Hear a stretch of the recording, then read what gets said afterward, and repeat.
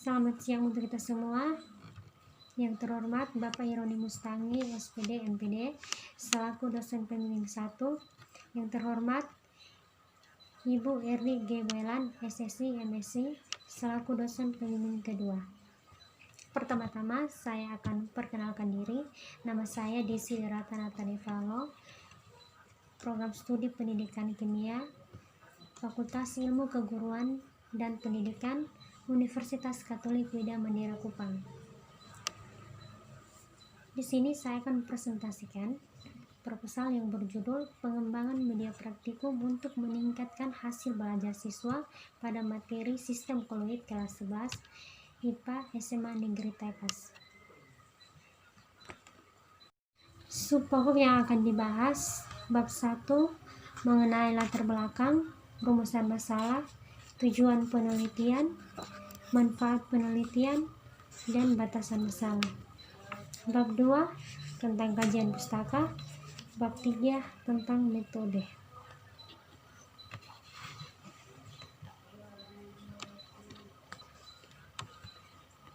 Pada latar belakang yang akan dibahas tentang media pembelajaran. Media pembelajaran adalah segala sesuatu yang digunakan sebagai perantara dalam menyampaikan isi materi kepada siswa selama proses kegiatan belajar mengajar berlangsung, dengan tujuan untuk merancang siswa dalam belajar. Salah satu media yang dapat membantu siswa dalam mencapai ketuntasan kompetensi belajar khususnya pada materi koloid. Materi koloid banyak bersifat abstrak. Berdasarkan data wawancara yang telah dilakukan di SMA Negeri Tekas, menyatakan bahwa pembelajaran cenderung berpusat menggunakan media dalam proses pembelajaran. SMA Negeri Tekas banyak yang tidak tuntas pada materi koloid dengan kriteria ketuntasan minimal KKM sebesar 7,5. Presentasi ketuntasan belajar siswa kelas 11 IPA 1 dan IPA 2 pada materi koloid dapat dilihat di tabel berikut. Ada kelas 11 IPA 1, IPA 2, nilai rata-ratanya 32 untuk IPA 1, presentasinya 12,50. Kelas IPA 2, nilai rata-ratanya 32, presentasinya 3,2. Nilai rata-rata dari kelas 10 IPA 1 dan IPA 2 adalah 7,8.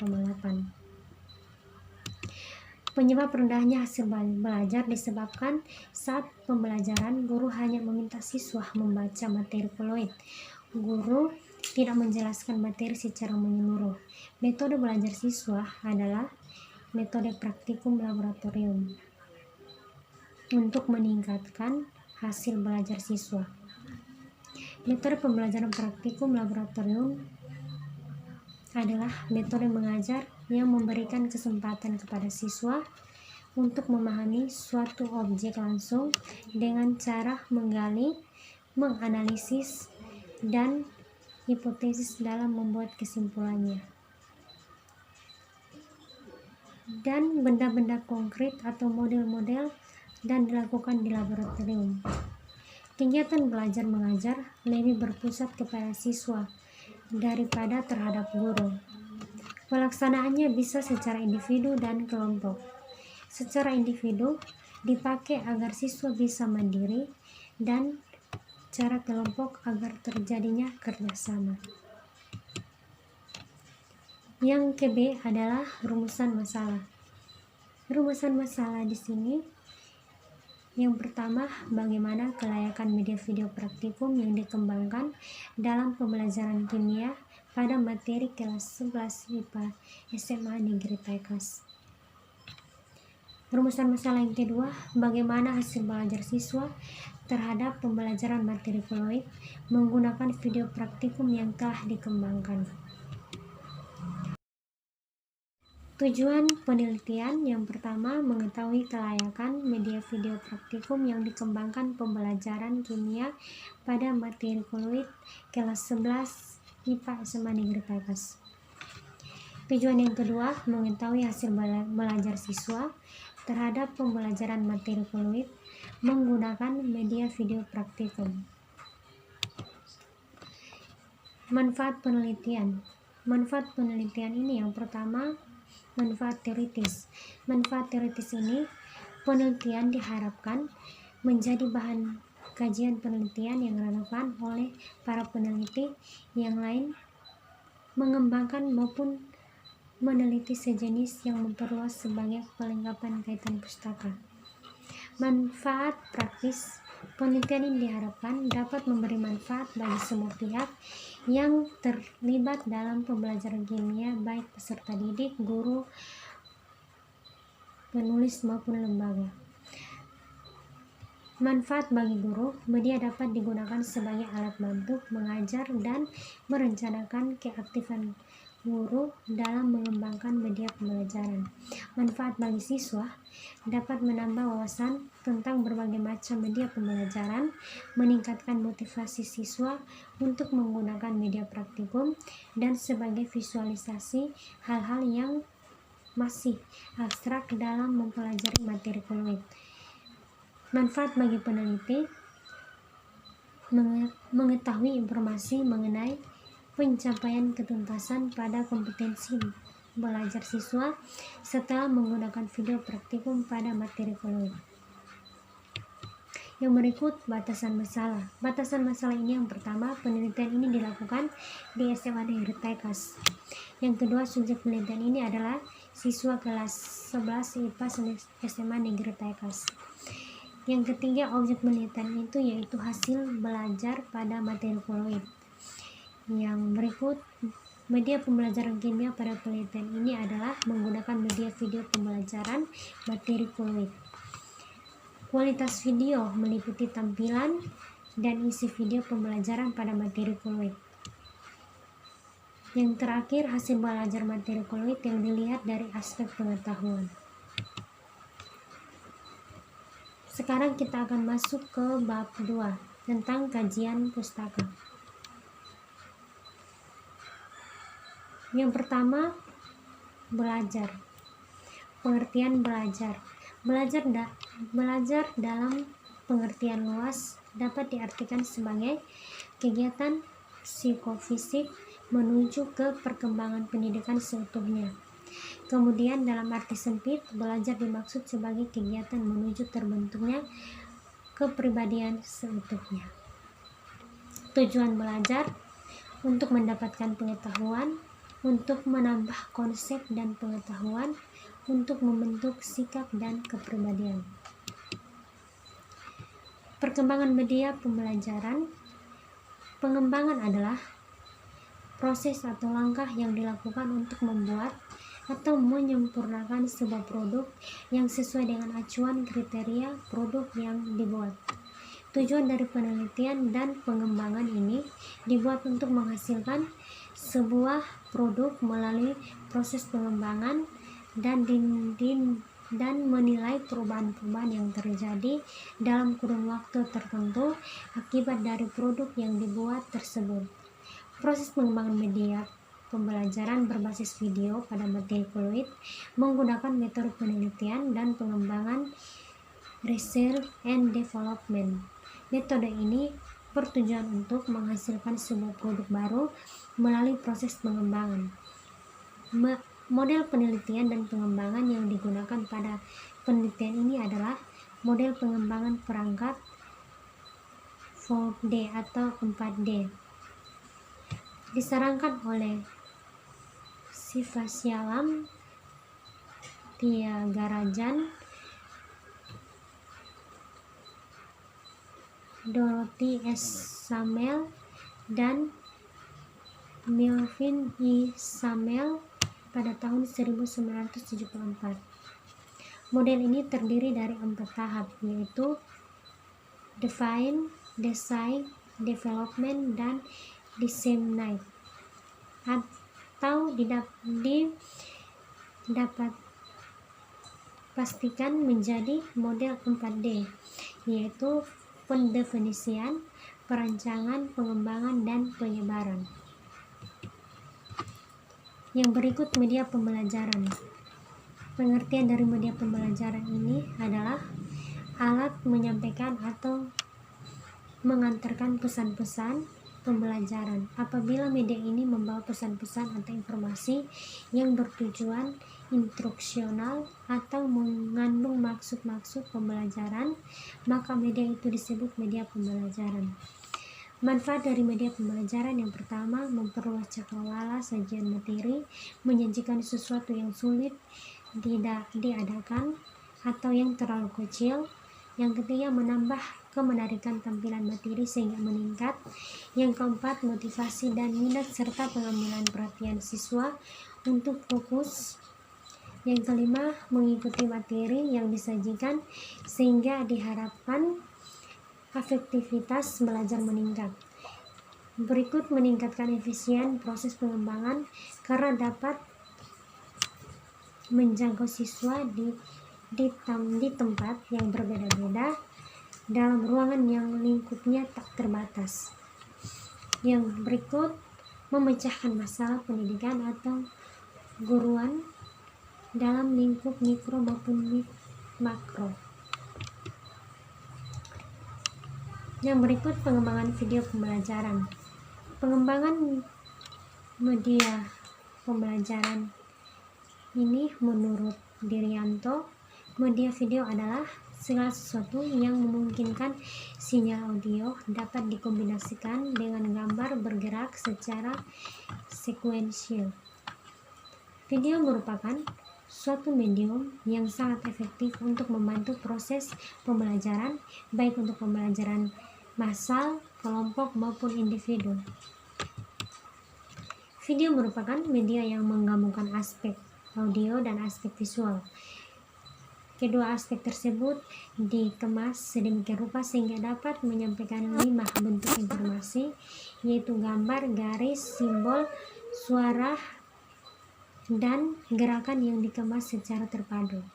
Atas ragam jenis bentuk informasi yang dapat disampaikan tersebut, menggunakan media video dapat menjaga medium yang sangat efektif untuk membantu proses pembelajaran baik dalam pembelajaran individual maupun kelompok. Yang berikut, proses penggunaan media video dalam pembelajaran. Prosedur penggunaan media video itu: langkah awal pelaksanaan penggunaan media video, langkah tahap pelaksanaan penggunaan media video, dan langkah mengakhiri media video. Yang berikut adalah pengembangan media praktikum.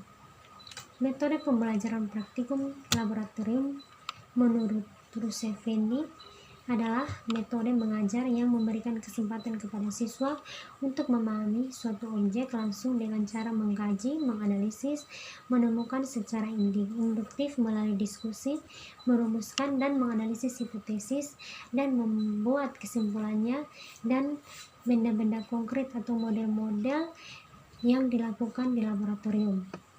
Menurut Sobiroh A, video praktikum laboratorium adalah media audiovisual yang menampilkan praktikum atau alat dapat menyajikan informasi, memaparkan proses, memperjelas konsep yang rumit, mengajar keterampilan, menyikat atau memperlambat waktu dan pengaruh sikap.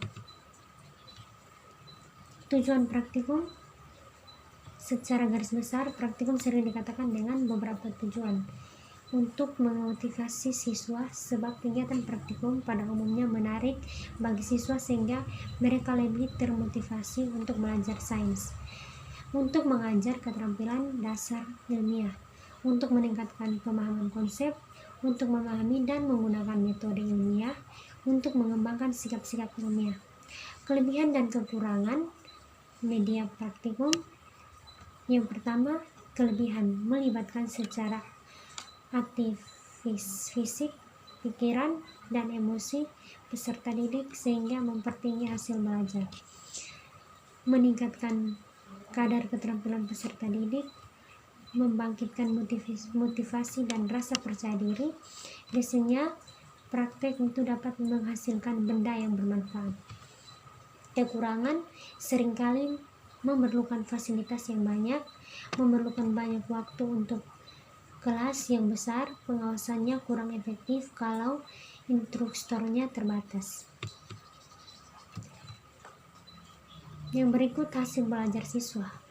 Pengertian hasil belajar siswa menurut Winata Putra dan Rosita, tes hasil belajar adalah salah satu alat ukur yang paling banyak digunakan untuk menentukan keberhasilan seseorang dalam suatu proses belajar mengajar atau untuk memenuhi keberhasilan suatu program pendidikan. Faktor-faktor yang mempengaruhi, yang pertama faktor internal meliputi jasmani atau kesehatan, psikologis atau inteligensi, dan kelelahan. Faktor-faktor eksternal itu yang pertama keluarga, cara orang tua mendidik, relasi antar anggota keluarga, suasana rumah, keadaan ekonomi keluarga, atau pengertian dari orang tua. Sekolah, pada sekolah itu menggunakan metode mengajar, kurikulum, relasi guru dengan siswa, relasi siswa dengan siswa, disiplin di sekolah, alat pelajaran, waktu sekolah, standar pelajaran di atas ukuran, keadaan gedung, metode belajar yang efektif, tugas rumah. Dan masyarakat itu dapat mempengaruhi kegiatan siswa dalam belajar masyarakat, massa media, teman bergaul, bentuk kehidupan masyarakat. Materi kuliah ini saya akan memaparkan tentang pengertian koloid, larutan koloid, dan suspensi. Yang terakhir pembuatan koloid. Penelitian relevan ini saya mengambil 4 dari penelitian berdasarkan penelitian dilakukan oleh Mukti M. Yavanissia Bakis dengan judul penelitian pemanfaatan pembelajaran laboratorium berbantu video terhadap hasil belajar siswa-siswi kelas 11 IPA SMA Negeri TK 1 Mandar, Lampung, memberikan indeksi sebesar 81,59 dengan kriteria baik. Dan yang ketiga dan keempat, kerangka berpikir. Dalam pelaksanaan proses pembelajaran di sekolah, pada umumnya muncul berbagai masalah kompleks yang mempengaruhi para siswa untuk mencapai tujuan pendidikan yang telah ditetapkan. Salah satu masalah yang dihadapi dalam pembelajaran di sekolah adalah rendahnya hasil belajar siswa. Faktor penyebab rendahnya hasil belajar siswa dapat disebabkan dari guru. Dalam pembelajaran, guru masih menggunakan strategi pembelajaran yang konvensional. Guru lebih dominan pada waktu pembelajaran, sementara hanya dipandang sebagai objek dan menjadi pasif. Pada saat siswa pasif, siswa mengalami proses tanpa ada rasa ingin tahu, tanpa pertanyaan, dan tanpa ada daya tarik terhadap hasil belajar siswa. Untuk meningkatkan hasil belajar siswa, maka diperlukan sebagai metode pembelajaran yang melibatkan siswa secara penuh dalam keseluruhan proses belajar mengajar, dan salah satunya adalah metode pembelajaran video praktikum. Hipotesis penelitian ini ada 2, yaitu hipotesis nihil atau walkout, tidak ada pengaruh penerapan media video praktikum pada pembelajaran kimia materi sistem koloid kelas 11 IPA SMA Negeri TK tahun ajaran 2020-2021. Yang kedua, hipotesis alternatif, ada pengaruh penerapan media video praktikum pada pembelajaran kimia materi sistem koloid kelas 11 IPA SMA Negeri TK tahun ajaran 2020-2021. Yang terakhir kita masuk pada bab 3 atau metode penelitian. Penelitian ini menggunakan penelitian R dan D, Research and Development, yaitu melalui penelitian yang digunakan untuk menghasilkan produk tertentu dan menguji keefektifan produk tersebut. Model pengembangan yang dipilih dalam penelitian ini adalah model 4D, yaitu Define, Decide, Development, dan Disseminate. yang dikembangkan oleh Trigaraja. Penelitian ini menghasilkan produk yang berupa media pembelajaran berbasis video pada materi koloid kelas 11. Yang berikut prosedur pengembangannya, yaitu menggunakan tiga tahap. 1 define, 2 design, dan yang ketiga development, terakhir develop. Yang pertama, tahap define. Yang pertama yang dilakukan analisis ujung depan, analisis kesulitan saat mengajar materi koloid. Yang kedua, analisis siswa, menganalisis karakteristik setiap siswa dengan angket kebutuhan siswa. Yang ketiga, analisis konsep, menyesuaikan konsep-konsep yang dibutuhkan video dengan KD, silabus, dan indikator. Analisis tugas, membuat kisi-kisi soal sesuai kemampuan kognitif siswa, melakukan tes pengetahuan awal. Yang terakhir, perumusan masalah, tujuan merancang perangkat RPP, silabus, dan media yang cocok setelah menganalisis langkah 1-4. Yang kedua, tahap desain. Tahap desain ini yang pertama menyusun tes acuan, mendraft atau memburam bahan ajar dalam bentuk. Yang kedua, pemilihan media. Media yang digunakan harus sesuai dengan karakteristik siswa, media video. Pemilihan format, membuat naskah video, skenario video. Rancangan awal, merancang video berdasarkan format.